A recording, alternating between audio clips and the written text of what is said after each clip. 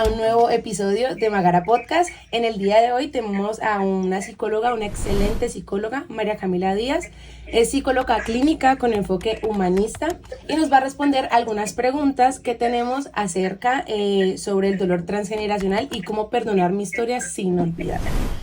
Entonces, pues bienvenida, Cami, y pues vamos a empezar. Quisiéramos saber qué significa el dolor transgeneracional. Bueno, Marce, primero gracias por invitarme a este espacio que lo estás construyendo con tanto sentido y propósito. Desde mi experiencia como psicóloga te puedo decir que el dolor transgeneracional se refiere a las secuelas emocionales, psicológicas y conductuales no resueltas en los traumas históricos, que vienen ancladas a cosas sistémicas, o sea, vienen conectadas a nuestra cultura, a nuestra forma de ir consolidando nuestra identidad. Y en un tema como el que tú estás tratando hay unos temas importantísimos como la esclavitud, el racismo estructural, la discriminación, la violencia. Y cuando estas cosas no se hablan, no se conversan, no hay espacios para poderlas socializar y reflexionar, las vamos repitiendo y las vamos transmitiendo de generación en generación. Es un dolor, ¿sí? Es un dolor que se quedó estancado quizás en nuestros antepasados y como no se ha podido resolver y está tan conectado con la injusticia que en las generaciones, en las familias se va repitiendo y repitiendo y repitiendo. Y lo que se repite en la familia se repite en otras entidades sociales, como en los colegios, como en el barrio, como en la comunidad, como en el país, como en las ciudades, ¿no? Entonces a eso se refiere el trauma generacional, el dolor generacional, y también responde a cómo la psique va moldeando eso en el comportamiento de cada persona. Ok, vale, muchísimas gracias. Eso es muy importante porque resulta que hubieron ciertas actitudes que pudimos ver en una de las actividades que hicimos con la organización. Y es que uno de los chicos que participaba en la organización, ahí dándote un poco más de contexto, este chico sabía como de qué trataba la actividad, que era como contar las historias de cada uno de cuando se habían sentido agredidos y demás. Y el chico pertenece a la organización. De pronto su parte fenotípica es un poco más clara, que eso es otro episodio que vamos a tocar en Magara Podcast. Y resulta que él llega y dice, es que ustedes, los negros. Entonces todo el mundo se quedó como, ok, ¿por qué estás diciendo eso? Si tú haces parte de la organización, tú eres parte de nosotros. Entonces el chico dijo, es que eso era realmente, porque las personas fueron un poco toscas al momento de atacarlo, o sea, lo estuvieron atacando. Entonces él dijo, es que eso era lo que yo quería demostrar. Quería demostrar el por qué no entiendo al momento de que una persona se para aquí a hablar de algún tema, ustedes automáticamente lo atacan. ¿Por qué me están atacando? Yo me siento negro, solamente que quería hacerlo para demostrar cómo ustedes se comportan en la primera reacción en que una persona ignora algún tema de nuestra etnia. Y ustedes atacan, la otra persona automáticamente se va a cerrar al conocimiento. Entonces, ¿por qué crees, pues ya nos dijiste un poco sobre el dolor transgeneracional, ¿por qué crees que esas personas reaccionaron de esta manera? O sea, como que de una lo atacaron a él. Digamos que atacar al otro siempre va a ser una forma de defender algo que yo creo que es valioso para mí. Entonces, el comportamiento de defensa responde a que yo o las personas que lo hicieron sentimos que estás amenazando algo que es importante para mí y por eso me defiendo y por eso ataco, ¿sí? Okay. Y para poder empezar como a transformar ese comportamiento, ¿crees que es importante yo como persona negra reconocer que hay algo que me está lastimando? Mira, el reconocimiento es un pilar fundamental cuando yo quiero hacer un proceso de sanación. Es poder decir, sí, hay algo que me lastimó, sí, hay algo que me dolió. Y a partir de reconocer que hay algo que me afectó, yo puedo comenzar a sanar de manera individual y en estos casos a hacer sanaciones también de manera colectiva. ¿Sí? Si yo puedo reconocer un dolor, puedo también hacerle saber a mi comunidad que podemos hacer un trabajo juntos y mutuo para sanar una herida. Oh, okay. Listo. Y teniendo eso en cuenta, eh, ¿cómo podemos mirar como esa historia con orgullo donde sabemos que hubo de pronto mucho maltrato, donde sabemos que hubieron muchos actos de racismo, sin incluso unos duelos? O sea, ¿cómo podemos sentirnos orgullosos a veces de esa historia sin que nos duela? Sin que digamos, uff, Dios mío, es que no quiero que hables de mí porque es que no quiero que hables de este tema porque me duele, o sea, te voy a atacar porque me duele. ¿Cómo hago para yo empezar a practicar eso y dejarlo un poco de lado?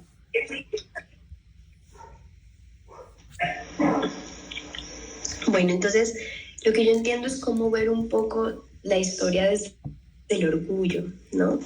Todas las historias, Marce, tienen dos puntos de vista, ¿sí? ¿Sí? Una puede ser el lugar del dolor, ¿sí? Lo que nos tocó sufrir, lo que nos afectó, lo que nos dolió, la herida que nos dejó. Y ese lado siempre va a estar, por eso genera tanta dificultad y dolor. ¿Mm? Pero siempre hay otro lado de la historia, y el otro lado de la historia se puede ver desde el amor. Y en casos como estos, desde la resiliencia y la resistencia que ha estado en sus comunidades. Hay una historia de derechos humanos, hay una historia de justicia, hay una historia de darse lugar, hay una historia de reconocerse. Entonces, cada vez que uno vuelve sobre la historia, lo más importante para verla con orgullo es desde qué narrativa la estoy contando. Desde un lugar en el que me victimizo y sigo siendo parte del dolor, o un lugar que trasciende el dolor, lo reconoce, pero puedo ver que esta historia ha tenido también unos componentes transformadores de manera positiva. Aquellas comunidades que ya han hecho un trabajo en reconocerse, en identificarse, en construir cultura, arte en torno a lo que son, pues le abren la puerta a nuevas generaciones a que ya no vivan el dolor. Entonces, creo que ese es como un punto de transformación, desde qué lugar yo estoy contando mi historia. Y eso es muy importante. Muchísimas gracias por ese tip para que las personas comprendan eso. Y ya como para terminar, la pregunta es como qué prácticas o qué ejercicios ayudan como a reconciliarse con ese pasado. Por ejemplo, no sé si es leer un poco más, escribir, o si de pronto hacer algún tipo de hobby. Como qué práctica podrías tú recomendarle a las personas que les pueda ayudar como a reconciliarse con ese pasado y construir algo nuevo para no seguir pasándole de generación en generación?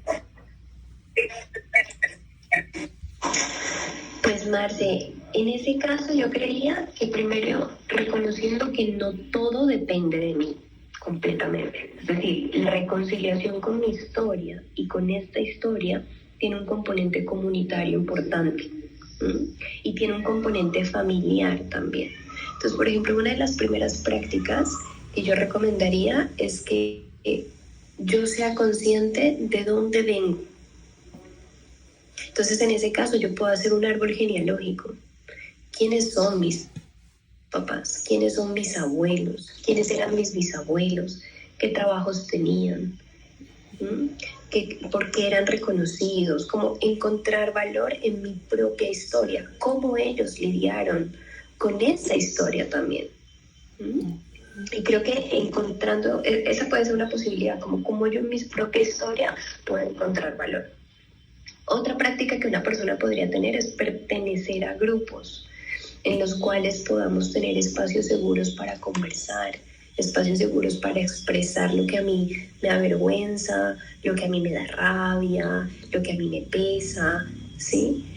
Los espacios colectivos nos permiten hacernos saber que no soy el único o la única que siente esto o que lidia con eso, ¿sí?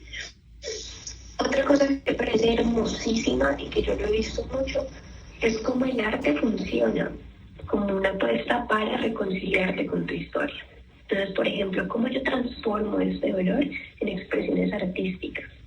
En su historia, por ejemplo, la música, el jazz, el gospel, los blues, ¿sí? O sea, han sido resultados de personas que han elaborado ese dolor cultural y lo han transformado en arte, en sonido, en color. Entonces yo también puedo decir cómo yo expreso mi identidad de manera artística y cuando yo lo convierto en artesano. Y por último, si tú me dices, no, María, o sea, ya es una persona que definitivamente su situación es muy compleja, lo colectivo no le funciona, psicoterapia siempre va a ser una opción. Como yo tengo un proceso terapéutico de manera individual en la cual hablo sobre mis traumas, hablo sobre lo que a mí me molesta, mi historia, mis heridas, y bueno, en ese proceso se van tejiendo historias distintas también sobre uno mismo. Ok, importantísimo y muchísimas gracias por esas prácticas para que las tengan en cuenta el público que nos ve. Y ya por último, para terminar, quisiera que nos dejaras como un mensaje. Tú como María Camila, ¿qué mensaje le puedes dejar a las personas que están en ese proceso de autorreconocerse y que de pronto tienen como esas acciones de defenderse de una forma cuando ven que otra persona está siendo ignorante a un tema? ¿Qué mensaje le puedes dejar a esas personas como tú, como María Camila y como psicóloga? Bueno, te voy a hablar como María Camila, más que como psicóloga. Y ahí, Marce, te puedo decir que no hay nada más bacano en una persona que ser ella misma. No hay nada más bacano que ver cómo alguien se ama, se respeta y celebra su identidad en todo su ser. A modo personal, te voy a contar como algo mío. Yo soy pastusa y yo peleaba mucho con ser pastusa. Tenía una historia también con eso y no me sentía cómoda y no me sentía bien. Y cuando yo logré como sanar eso en mí, y hoy por hoy lo primero que yo digo es, yo soy pastusa y acepto mi acento y ya no peleo con eso. Como que la libertad de ser lo que uno es no tiene precio. Entonces, eso como que me parece muy lindo, como poderle decir al otro, celebra tu identidad, celebra tus raíces, celebra de dónde eres, celebra la fuerza que hay en tu sangre, los dones que vienen con tu herencia, ¿sí? Todos somos únicos, todos somos diferentes y todos venimos a aportarle algo al mundo desde esa combinación inigualable que tenemos. Y también me gustaría como agregar en este mensaje que todos somos humanos y como humanidad estamos aprendiendo a reconocernos, o sea, seguimos aprendiendo. Y quizás las personas que estamos por fuera de tu comunidad o las mismas personas que están dentro de tu comunidad, pero que no sabemos tanto, pero que nos falta aprender de temas, es como que nunca dejes de pensar que tú, con tu forma de ser y con reconocer quién eres, le enseñas al otro también a respetarte, le enseñas al otro también a conocerte. Yo te voy a decir, así como también a modo personal, una de las manifestaciones culturales de su identidad más preciosas es, por ejemplo, el petróleo en Cali. Y yo cuando voy al petróleo, o sea, uno dice, yo quiero esto en mi sangre, o sea, como que de dónde sale esta fuerza ancestral de comunidad, de música, de arte. Y creo que cuando perteneces y en lugar de defenderte, le enseñas a los otros y compartes lo que eres, pues se expande lo que uno es. Entonces creo que es eso, como compartir lo que uno es, compartir con otras generaciones, compartir con otras culturas, que prevalezca siempre el respeto, que prevalezca siempre la justicia, como que siempre tener un discurso para mejorar en comunidad. Y eso lo hacemos cuando somos muy conscientes de quiénes somos y cuando reconocemos que lo que uno es para aportar a los otros. Ok, muchísimas gracias por ese mensaje, Cami, la verdad es muy lindo el poder como conectar con otros y poder enseñarles un poco más de lo que trata cada comunidad, porque así todo el mundo tendría un conocimiento tan grande y esto sería algo como fabuloso, la verdad es algo como soñado. Y pues nada, muchísimas gracias por este espacio, muchísimas gracias por pertenecer a este podcast y pues nada, eso sería todo, Cami. Muchas gracias, Marcia, a ti por la invitación.